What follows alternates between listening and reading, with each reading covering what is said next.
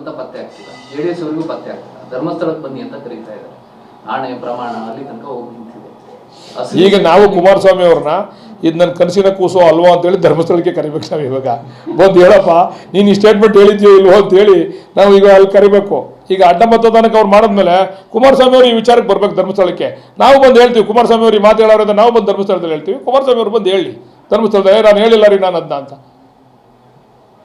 ಅವ್ರು ಕರೆದವ್ರಲ್ಲ, ಅವರೇ ಕರೆದವ್ರು, ನಾವು ಕರೆದಿರೋದಲ್ಲ. ಅವ್ರು ಕರೆದವ್ರು ಅಡ್ಡ ಮತದಾನಕ್ಕೆ. ಅದು ಅವ್ರ ಪಕ್ಷಕ್ಕೆ ಬಿಟ್ಟಿದ್ದ ವಿಚಾರ, ಅವರೆಲ್ಲರ ಕರೆದು ಮಾಡಿಸ್ಕೊಳ್ಳಿ, ಅದ್ರ ಬಗ್ಗೆ ನಮ್ಮ ತಕರಾರಿಲ್ಲ, ಅದ್ರ ಬಗ್ಗೆ ನಾವು ಚರ್ಚೆನೂ ಮಾಡೋಕ್ಕಾಗಲ್ಲ.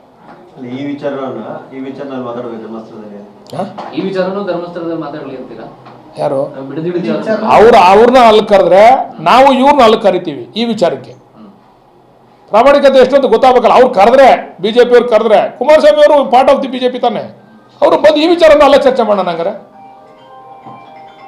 ಅವ್ರು ಕರೆದ್ರೆ ನಾವು ಕರಿತಾ ಇಲ್ಲ, ಅವ್ರು ಕರೆದ್ರೆ ಇವರು ಬರಲಿ, ಈ ವಿಚಾರನ ಅಲ್ಲೇ ಚರ್ಚೆ ಮಾಡೋಣ.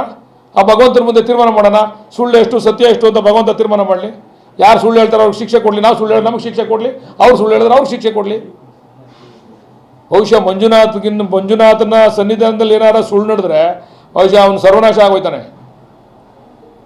ಅಲ್ಲೇ ಹೋಗೋಣ ನಡೀರಿ, ಅಲ್ಲೇ ಚರ್ಚೆ ಮಾಡೋಣ. ಅವ್ರು ಕರೆದ್ರೆ ನಾವು ಕರೆದಿಲ್ಲ, ಆಮೇಲೆ ನೀವು ಕರೆದ್ರು ಅಂತ ಅಂದ್ಬಿಡಿ. ಆಮೇಲೆ ಹೋಗಿ ಕೇಳ್ತೀರಾ ನೀವು ಬಾಲಕೃಷ್ಣ ಅವ್ರು ಅದಕ್ಕೆ ಕರೆದ್ರು ಅಂತ.